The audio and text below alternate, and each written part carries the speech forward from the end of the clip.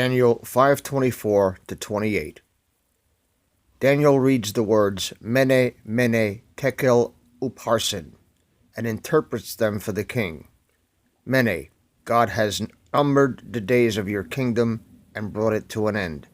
Tekel, you have been weighed and found wanting. And Peres, your kingdom is divided and given to the Medes and the Persians. At the funeral of Poppy Bush, we saw that a few members of the deep state cabal of criminals received mysterious envelopes that shocked them. Jeb Bush was visibly affected and looked like he had a serious bout of anal incontinence. While the contents of those envelopes was never revealed, we can speculate based on the reactions of the recipients. We saw the raid on the Croatian House of Culture in Los Angeles, which was alleged to have removed the deep state bioweapon from the building, which is scheduled to be demolished in March. I reported on this possibility on January 24, 2019, in video number 364. The link in the description. There is absolutely no limit to the abyss of evil these monsters have engaged in, and I called it correctly when I said in that video and in response to several comments that I would not risk the lives of millions of people by calling the bluff of the cabal. Nothing is beneath them. We discovered that the FBI did not do a proper search of 650,000 emails, and we uncovered the fact that many classified documents were in JPEG photo format embedded in an email. Text searches in an email will not find a word which appears in a photograph of a classified document, whether it is embedded in the text of the email or sent as an attachment. So with that and all the other arrests and corporate officer resignations, politicians who are not running for office again, ever, the conviction of El Chapo, the infamous drug cartel kingpin, seizure of tons of drugs being smuggled across the Mexico-U.S. border, CIA agents caught with over 200 kilos of heroin while trying to cross the border, it is illogical to say that nothing is happening. We have to remember that if we were privy to the precise strategies of the plan, the enemy would also, and they could then circumvent the future moves by the maestro, and we would be back to square one. Enter the oven mitt fashionista. Frustration is compounded by the infiltration into the truther community by deep state operatives masquerading as alternative news sources. We know who you are.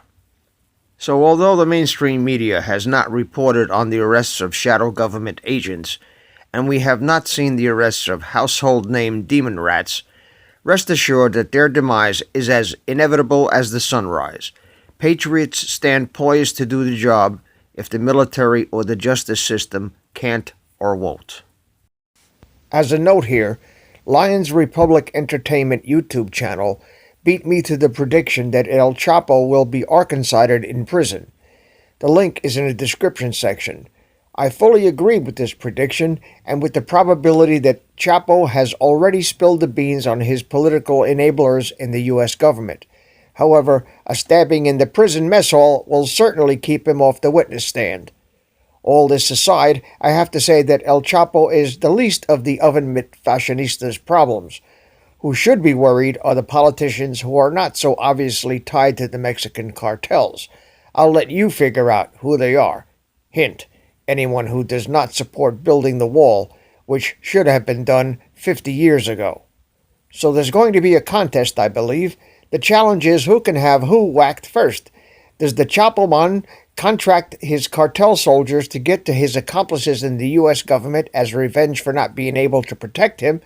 Or do the politicians who are in cahoots with him pay off some MS-13 guy in the cell next to him to make sure that the next bologna sandwich Chapo chomps on is his last? Does Vegas have odds on this? All of this, including a plethora and an interminable litany of things too numerous to list outside of a 4-season documentary, is the proverbial handwriting on the wall signaling the biblical fall of the deep state. It may not be happening the way we would envision it or like it to happen, but we have to keep in mind that there is more to this than meets the eye. We have to keep in mind that we don't know what we don't know. The global corruption to us is like standing at the base of the Great Pyramid. We know it is there. There it is, 2.5 million precisely cut stones rising 455 feet into the sky. It obviously is real, but we know very little else for sure. One thing we do know is that whatever these things were for, we haven't a clue. And as for how and why, we can only speculate. But the fact is, we don't know what we don't know. What we don't know is the source of our frustration. It is the nexus of the collective anxiety we all share, waiting for something to happen. We don't see what's happening because we're looking for things that we expect to happen, given that we don't know what we cannot know. And as they say in military circles, what we do not have a need to know. Trust is the issue here. Hard to trust a government that has lied to you. It's hard to trust a government that in the past has started bullshit wars, sent your father, you, and your sons and daughters into those wars, stolen all your money, created an intractable drug addiction epidemic, and now seeks to invite every third world scumbag into the country and pay them with every amenity that is denied to war veterans who live in cardboard boxes and sleep in steam vents to keep from freezing in the winter. They pay these parasites to vote Democrat and pay them with your hard-earned money.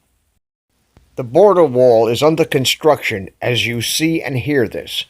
The money is there, and all that is needed for completion of the wall will be available despite Congress. The President has the support of a vast majority of Americans. Do not allow anyone to tell you otherwise. Support for the demon rats among minorities is at an all-time low. The walk away movement decimated the demon rats' base. They're done, and they know it. They've been exposed. Big time.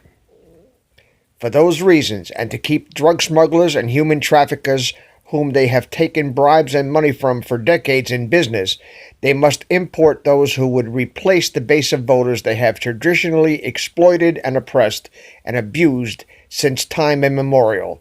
The caravan people are not so much invaders or immigrants as they are a mixture of zombie voters and criminals to keep the demon rats in power. The modern interpretation? Mene, Mene, Tekel, Upharsin. The alternative media has numbered your days. You have been exposed as criminals and traitors. Power will be returned to the people. This is Dave from Net4Truth USA. Thank you very much for watching.